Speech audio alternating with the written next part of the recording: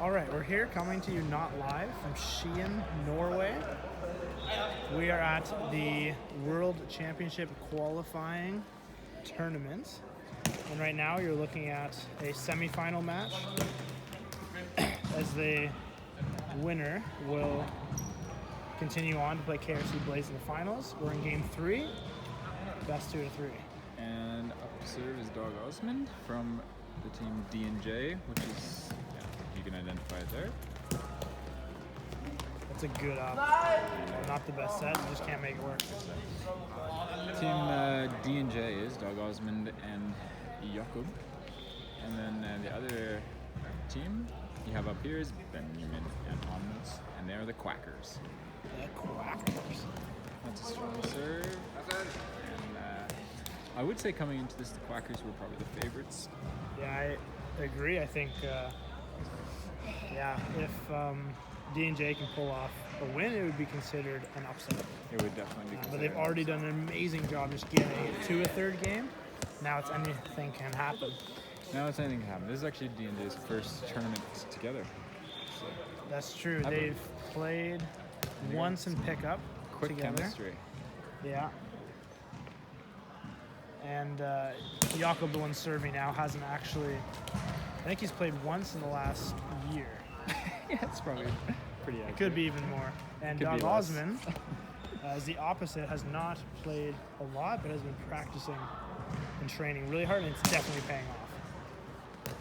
He's just doing everything right, and a lot of good things are happening for him. Yeah, so it's good to see this matchup here in the semifinals. And I don't actually know what the score is, but we'll get that for you shortly. Solid play. Can you get it back? Kenny? Almost. Hey, on us. And that's me being ignored. Yeah. But so you have Anders and Benjamin. Anders is definitely he's kind of like the safer one. He's very good, but he's not so flashy. But he'll make most of the plays that he needs to make. And then Benjamin, on the other hand, maybe lacks the consistency, but has a lot of flash and has a lot of good. He has a lot of good plays, tons of upside. But I think he's been finding his consistency more and more recently. And he's got a nasty step out and a nasty backhand, which was not demonstrated there.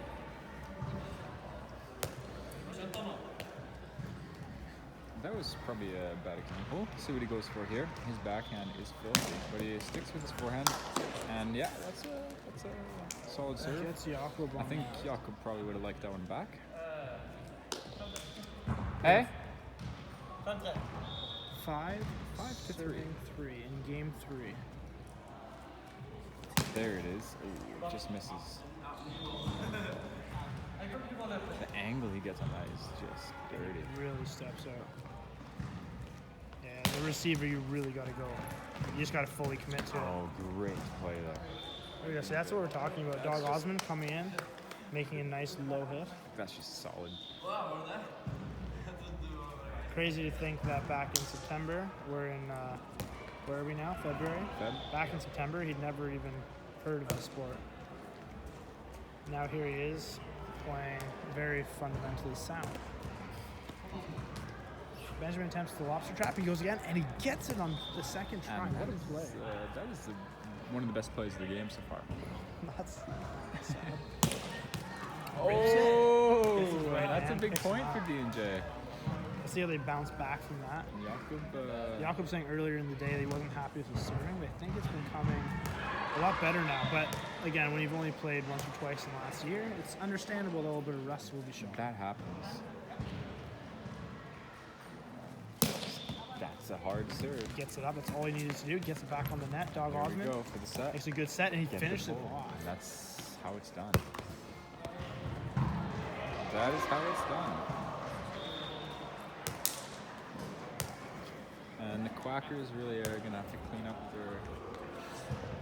up their receive here if they... That is a rim pocket. It's a little bit hard, but... These ones are... Yeah, this one's hard. These balls are loose. Yeah. Oh, that's Jared. No. Yeah.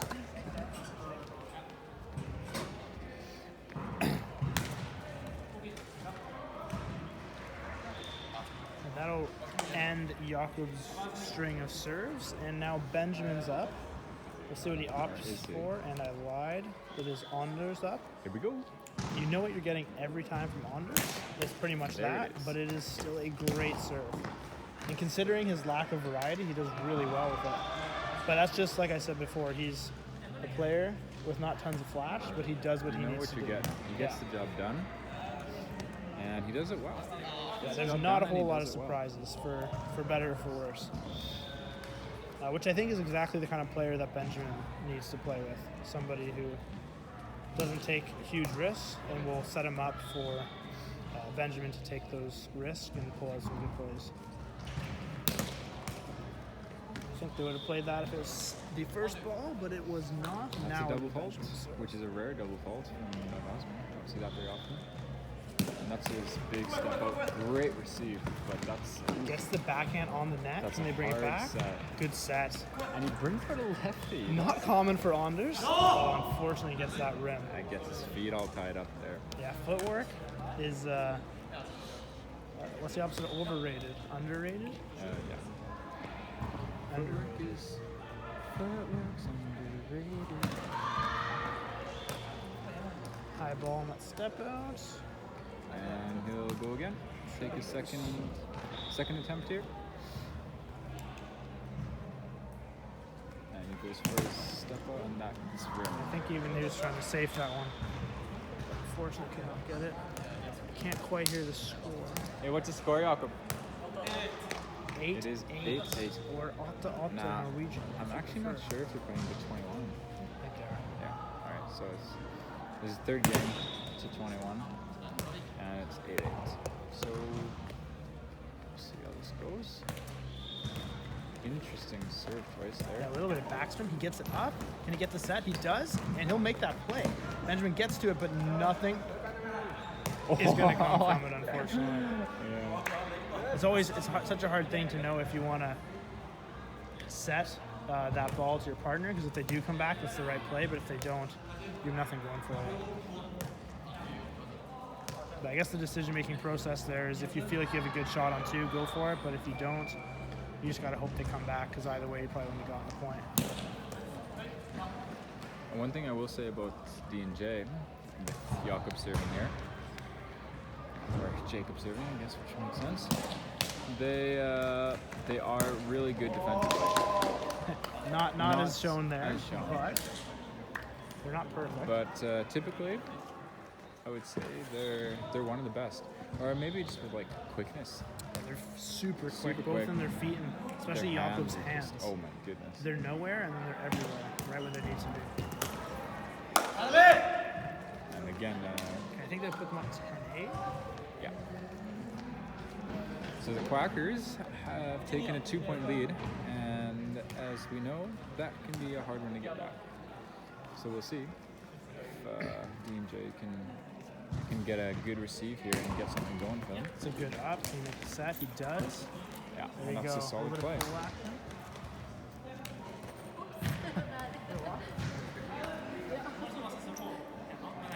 And that's what they needed, to stay within one. It's important to keep the gap close. 10-9, great serve. That's in the front pocket. Can he get back? That's rim. I reckon that's rim. I'm just trying to say pocket, but... Yeah, I think rim is the right call there, so... And I think they're going to get it. I think we're tied up at 10s here. They must have 11 points. Oh yeah, he's on the left. So then I don't actually know. You reckon 11-10 or 9-10? We'll find out. That's a beautiful receive. It's going. Great pull shot. Great pull. Great pull. Yeah, this is such a story of opposites in the sense of you have Benjamin and Anders who've been playing together now for, at least as round net goes, a long time. I want to say, year and a half? I say year and a half, maybe pushing on 2. Yeah. And then you have the opposite, as I was saying, with D&J, where they have played, I think, maybe 2 hours of pickup before this tournament, and that is it. But at the end of the day, it doesn't really matter. You come together and give it what you got. Lobster trap from Gossner.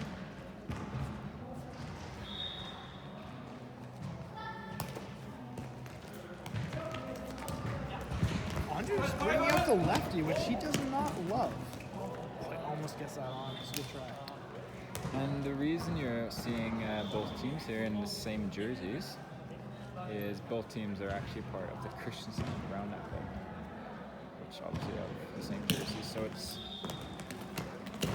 great set. Almost gets that on. Great set.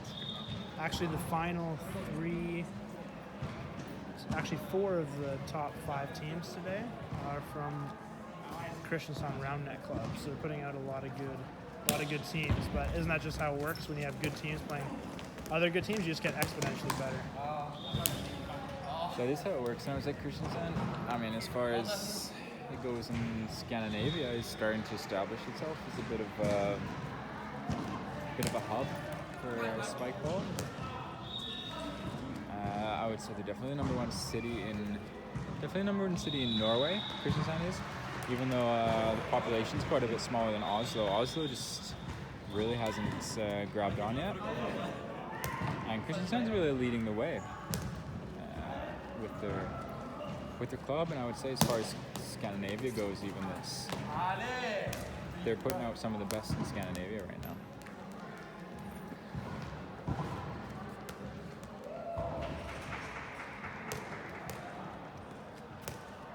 That guy running out there getting the balls is pretty handsome, eh? That's a good looking man. From afar. Didn't get a close up on the waddle. On the booty. There we go. Dawes wasn't able to get that, but just the fact that he's really close on that ball just shows his effort level as well as anticipation and quickness. And that's just how it goes, 8, 9 times out of 10 you don't get it, but that one time you do, it can cause a huge break. Oh, there you go. Gorgeous ball. Just enough quickness to get around that and wrap it. And with Doug Osmond, who's the one who has the ball now with the armbands, I feel like you can really tell he comes from a beach volleyball background. So he's just going and giving everything.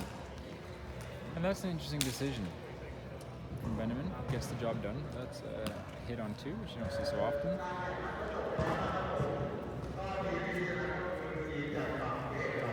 Oh, somebody's missing their flight.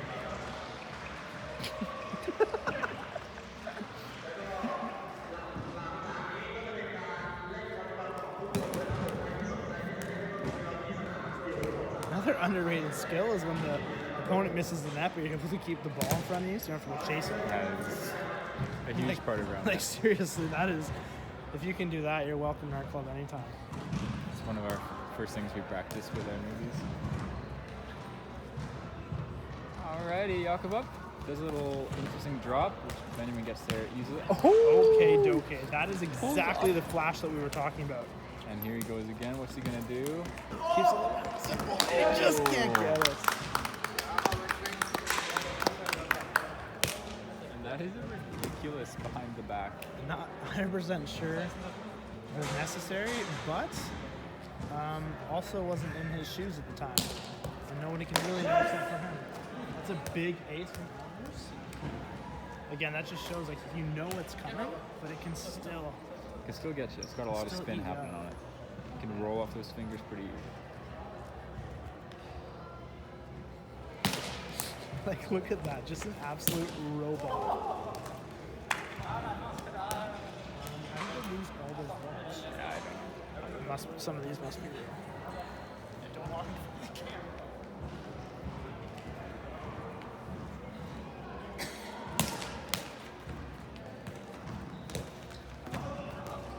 And by the looks of it, the Quackers are starting to take over.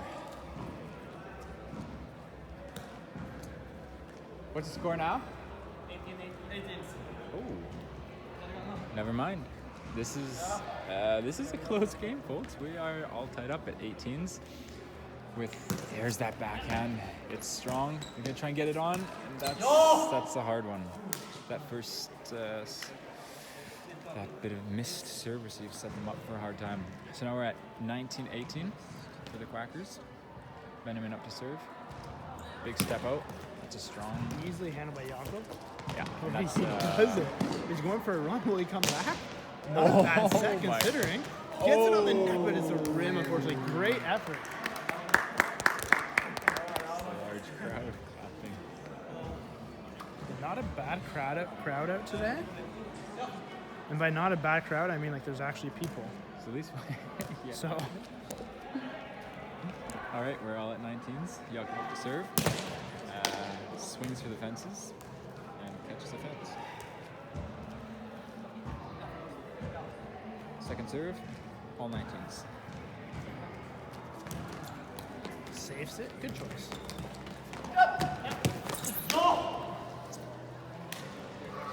And that's 2019. This Game point. This is game point to go to the finals for the VM qualifiers. VN stands for Valden's Mesterskap in Norwegian. Which is Worlds in English. And yes, it's happening, folks. We're going to 2020 in Game 3 in the semifinals. If you weren't on the edge of your seat now, you must be getting there. 2020, Doug wasn't up to serve. Can he handle the pressure? He's a very consistent server. So Him and Anders are the same in that regard. Great push shot from Anders. And that is just a gorgeous play. And you're seeing why they came in as the favorites. Here we go, 21. And that's a hard time, is it? Boom. He does it. We're going again. 21, 21. Just sends it, eh? That's a high. Those are high hits. And we're all tied up at 21s. There's no cap on this, so it's just the first 2-point lead. Rips it, catches rim, and he'll go for his second attempt here. And he was just going to safe it. Sometimes that can be even more difficult if you're not used to it. And 22-20 for the Quackers. Honors up to serve, and we know that he hits that pretty consistently. Rims there, and they don't play it. That's probably a good move by Jakob to not play that.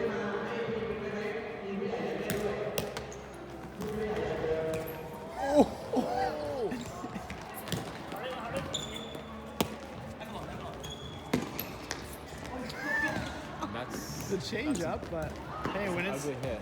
when it's this late in the game, you take whatever you can get. Oh, and he connects on rim, and that's game. And that's some really good rallies.